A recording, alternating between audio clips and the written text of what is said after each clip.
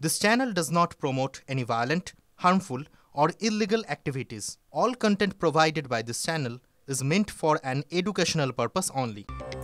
আজকের দিনটাও কিন্তু রাজ্যের জন্য খুব একটা সুখকর নয়, কারণ ডিএর মামলায় সুপ্রিম কোর্টে বড় ধাক্কা রাজ্য সরকারের। 25% ডিএ দিন, রাজ্যকে নির্দেশ সুপ্রিম কোর্টের। শুনানিতে প্রথমে 50% বকেয়া ডিএ মেটাতে বলে সুপ্রিম কোর্ট, আর এত টাকা দেওয়া সম্ভব নয় জানায় রাজ্য। সোমবার পর্যন্ত সময় চেয়েছিল রাজ্য, সেই সময় দেয়নি শীর্ষ আদালত।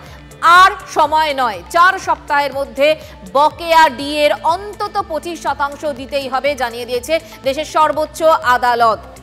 শ্রাবন্তী শাহ এই মুহূর্তে আমাদের সঙ্গে রয়েছেন, শ্রাবন্তীর সঙ্গে কথা বলবো। শ্রাবন্তী, 4 সপ্তাহ সময়, তার মধ্যে অন্তত 25% দিতেই হবে জানিয়ে দিয়েছে সুপ্রিম কোর্ট। এই মুহূর্তে রাজ্যের তরফ থেকে আর কিছু করার কোনো পদক্ষেপ করার মতো কোনো অপশন কি থাকছে? দেখো, আইনের ক্ষেত্রে সেক্ষেত্রে রাজ্য সরকার পরবর্তী সময়ে যেহেতু আগস্টে পরবর্তী শুনানি ঠিক হয়েছে, সেখানে তাদের বক্তব্য নিশ্চিতভাবে জানাতে পারে।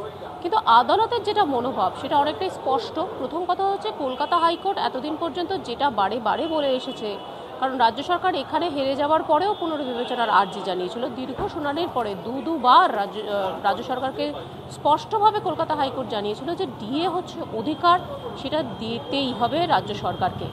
আজকে শীর্ষ আদালত তাদের যে মতামত সেটা স্পষ্ট করেছে। তাদের বক্তব্য হচ্ছে যে কিছু টাকা অন্তত দিতেই হবে। প্রথমে তারা 50% অনড় থাকলেও পরবর্তী সময় রাজ্য সরকার যখন জানিয়েছে যে তাদের মেরুদণ্ড ভেঙে যাবে এবং এত টাকা জোগাড় করা কোনোভাবেই সম্ভব নয়, তখন তাদের বলেছে যে 25% ডিএ রাজ্য সরকারি কর্মচারীদের দিতেই হবে।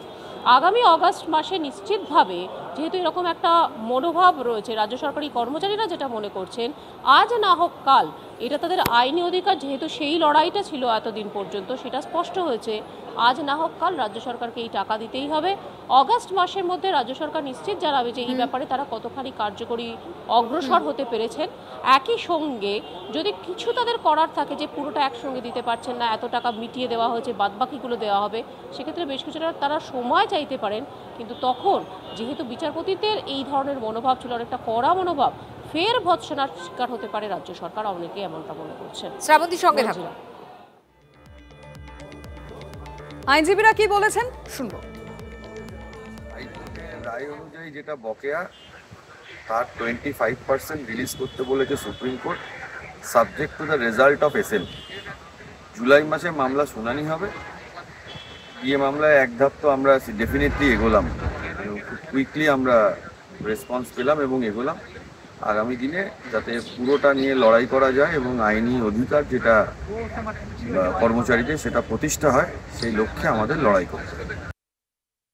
ডিএ মামলাটি ছিল, সেই মামলায় সুপ্রিম কোর্ট নির্দেশ দিলেন যে 25% অন্তর্বর্তীকালীন নির্দেশ হিসেবে 25% এরিয়ার ডিএ সেটি রিলিজ করতে হবে। আমরা এই মামলায় 6 বার জিতেছি, স্যাট এবং হাইকোর্ট মিলে। সর্বোচ্চ ন্যায়ালয় বলেছেন যে এটি এই এসএলপিটি রাজ্য সরকার করা এসএলপি ডিসমিস করে দিত, কিন্তু যে এর একটা যেহেতু অল ইন্ডিয়া রেমিফিকেশন রয়েছে তাই শুনবে। কিন্তু এখন তাদের প্রথমে বলেছিল 50%, পরবর্তীতে আদালত নির্দেশ দেন যে না, 25% তাদের ডিএ রিলিজ করতে হবে। আদালতের নির্দেশ, সময় মাত্র 4 সপ্তাহ, এবং এই টাকা যদি দিতে হয় তাহলে প্রায় 10,000 কোটি টাকার মতো লাগবে, এটা অন্তত হিসেব এমনটাই বলছে। এক্ষেত্রে মামলাকারী যারা রয়েছে এবং এই সরকারি কর্মী সংগঠনের নেতারা, তারা তো খুশি। তাদের কি বক্তব্য শুনুন। কতদিন যেমন 50% রিলিজ করতে বলেছিলেন, রাজ্যের আইনজীবী বললেন যে সেটা একটা ক্যাটাস্ট্রফি হবে রাজ্যের ক্ষেত্রে, যেটা সম্পূর্ণরূপে ভুল। কারণ এর থেকে অনেক বেশি খরচা বিভিন্ন শ্রী প্রকল্পে রাজ্য সরকার করে চলেছে। যাই হোক, তারা মিথ্যা বলেছেন, কিন্তু জাজরা বলেছেন তখন যে 25% আপাতত রিলিজ করুন, যতদিন না এর শুনানি হচ্ছে ততদিন দিয়ে যেতে হবে, এরপরে বাকিটা ডিসিশন হবে, এবং জুলাই মাসে শুনানির দিন রেখেছেন। আমরা আনন্দিত না হলেও দুঃখিত নই, মোটামুটি খুশি আমরা যে আপাতত একটা রিলিফ পাওয়া গেছে, এবং জয়ের জন্য যে লড়াই আমাদের, সেই লড়াইয়ের একটা দিশা আমরা দেখতে পেয়েছি। 10 লাইন চলা শুরু হলো, দিল্লি পৌঁছায়নি, কিন্তু হাওড়া থেকে দুরন্ত এক্সপ্রেস ছেড়ে দিয়েছে। 25% পৌঁছে গেছি, তার মানে দিল্লি যাত্রা নিশ্চিত, 75% বাকি আছে। জয়ের পথে প্রথম এক ধাপ এগোলাম। এটা 2009-এর রোপা। এই 10 বছরের যে আমাদের বকেয়া ডিএ, সেই ডিএর 25% দেওয়ার জন্য রাজ্য সরকারকে নির্দেশ দিয়েছে। আমরা মনে করি এই রাজ্য সরকারের গালে সুপ্রিম কোর্ট এক যথার্থ থাপ্পড় মেরেছে আর প্রমাণ করে দিয়েছে যে ডিএ আমাদের অধিকার, আর আমরা এখানে যে বর্তমান ডিএর জন্য বসে আছি এটাও এক ধাপ এগোলাম। ওনার আর্থিক চাপ হচ্ছে, তাই আজকে সুপ্রিম কোর্ট অবজারভেশন করে বলেছেন এখন আপাতত 25%। এই জন্য মাননীয়াকে সংগ্রামী যৌথ মঞ্চের পক্ষ থেকে শুভনন্দন জানিয়ে রাখলাম। তবে মাননীয়া মনে রাখবেন, আগামী দিনে কিন্তু 100% নিয়েই ছাড়বো।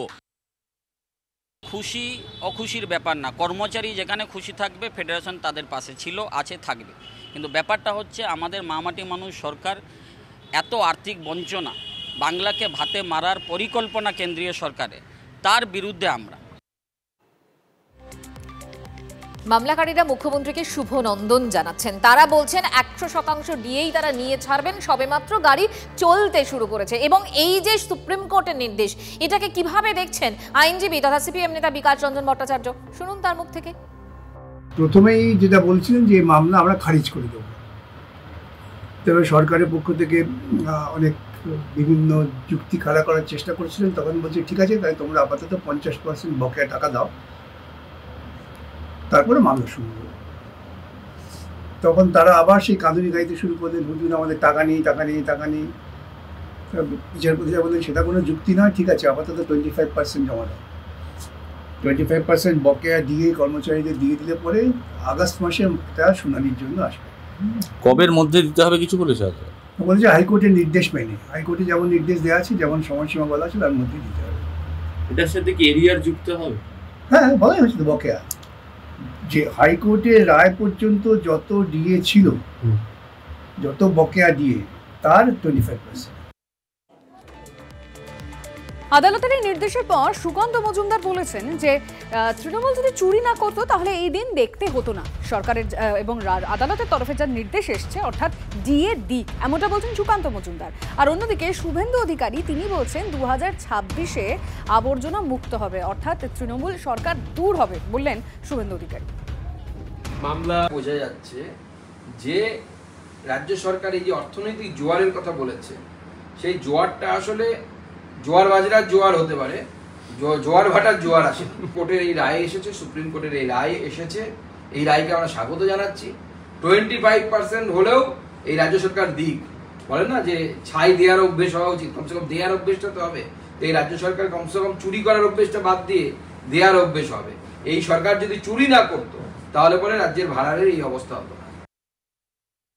মমতা ব্যানার্জি বলেছিল যে ডিএ অধিকার নয়, আজকে সুপ্রিম কোর্ট সর্বোচ্চ আদালত বলে দিয়েছে ডিএ অধিকার। এই নীতিগত পরাজয় মমতা ব্যানার্জির হয়েছে। ওনার তো দোকান কাটা, আমার কাছে হারার পরেও মুখ্যমন্ত্রী হয়েছেন, অন্য কেউ থাকলে পদত্যাগ করতেন এক্ষুনি। এটা যে ফুটা সরকার 50% দিতে গেছিল, বলছে 20,000 কোটি লাগবে, মনু সিংভি হাত পা ধরেছে। বিচারপতি দয়া করে বলেছে আচ্ছা 25% দেন, আপাতত ফাইনাল জুলাই আগস্টের মধ্যে হবে, 100% টাকা দিতে হবে, বকেয়া টাকা দিতে হবে। অধিকার কাড়িয়ে নেওয়ার ক্ষেত্রে তিনি যত বড় ক্ষমতাশালী হন, তার বিধানসভায় যত এমএলএ থাকুক, যত গুন্ডা পুলিশ টাকা থাকুক না কেন, ভারতবর্ষের সংবিধানে আইনই শেষ কথা বলে। এবং পশ্চিমবাংলা এই আবর্জনা মমতা বন্দ্যোপাধ্যায় তার কোম্পানির হাত থেকে 26-এ নিষ্কৃতি পাবে। দেখতে গেলে রাজ্য সরকারের উপরে এখন ত্রিফলা চাপ। একদিকে মহার্ঘ ধাক্কা, 4 সপ্তাহের মধ্যে রাজ্য সরকারি কর্মীদের অন্তত 25% ডিএ দিতে হবে, নির্দেশ সুপ্রিম কোর্টের। অন্যদিকে বিকাশ ভবনের সামনে লাগাতার অবস্থান বিক্ষোভ চাকরিহারা শিক্ষকদের, পাশাপাশি অবিলম্বে স্বচ্ছ নিয়োগের দাবিতে কলেজ স্কোয়ারে ধর্ণা অবস্থানে প্রাথমিকের চাকরি প্রার্থীরা। এখন এই 3 দিক থেকে চাপ কিভাবে সামলায় রাজ্য সরকার, সেটাই দেখার।